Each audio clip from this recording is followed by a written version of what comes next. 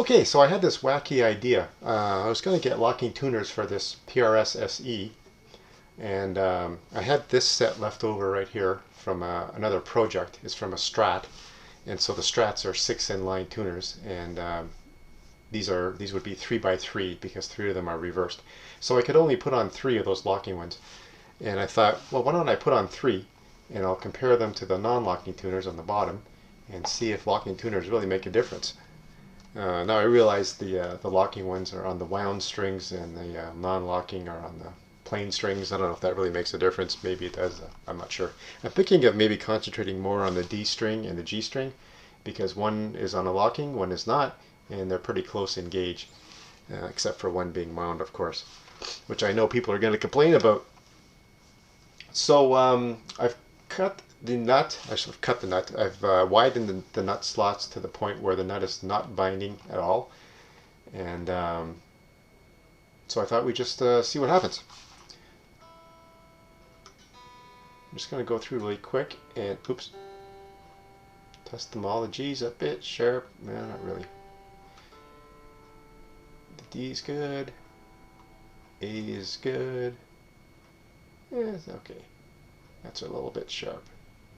We're not going to worry about little minor imperfections. So let's see here.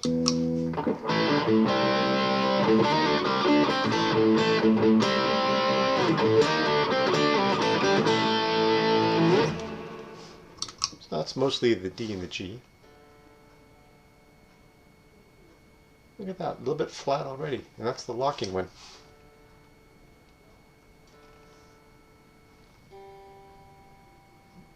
G seems no worse for wear.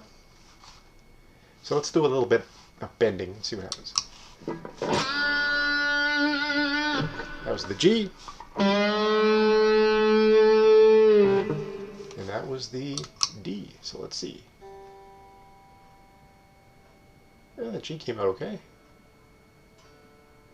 Actually, so did the D. Let's shake them a bit more. And the D.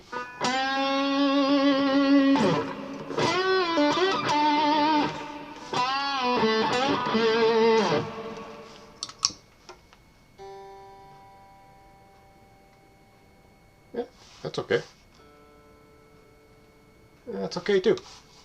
I should mention that the strings have also been thoroughly stretched in. I thought of everything.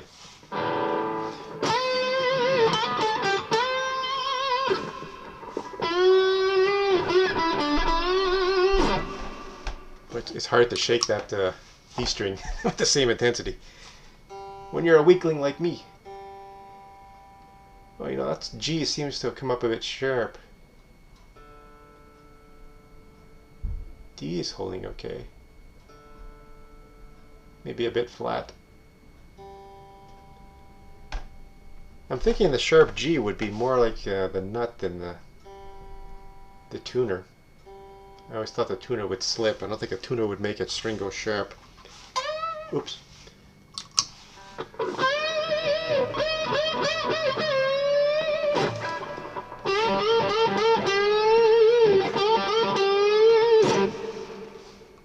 It's all very, very musical. Very musical. Oh, see the G's okay.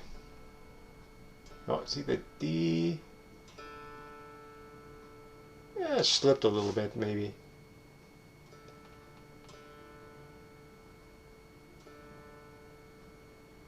Maybe not. I think that was just my imagination. See, now it's sharp and I can't seem to do anything. There we go.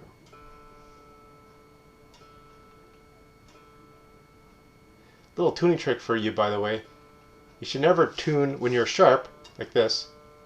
You should never just tune down like that to the note. You should also always go below the note and then tune up.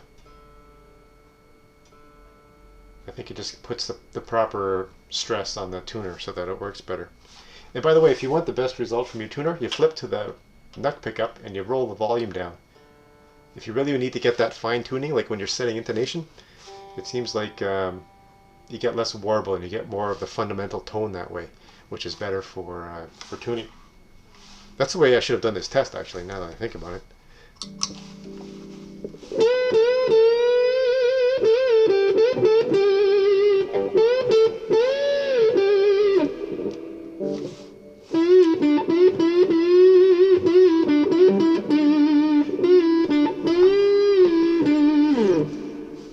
I am way too weak to bend that B string. Now this time the G came a little bit sharp. Flat. By sharp I mean flat. And the D, yeah, it came a little bit flat too. All in all though, I don't think there's a night and day difference. Let's just let's do this.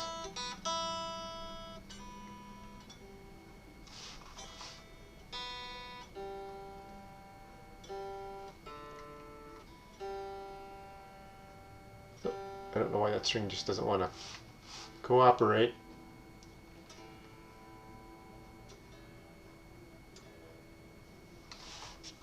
Next, I'm just going to bend each one. Whoops.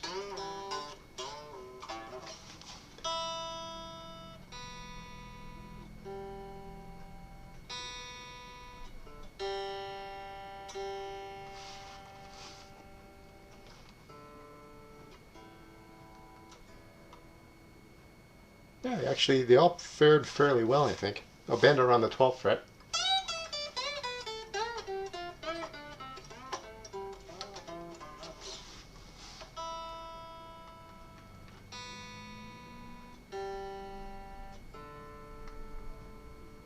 That's a little sharp. That's a little flat. Oh, not really.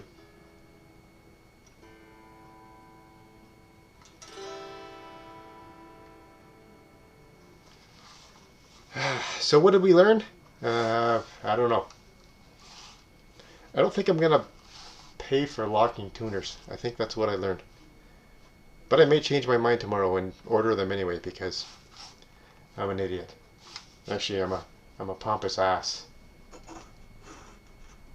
I'm a pompous ass. Alright, get out of here.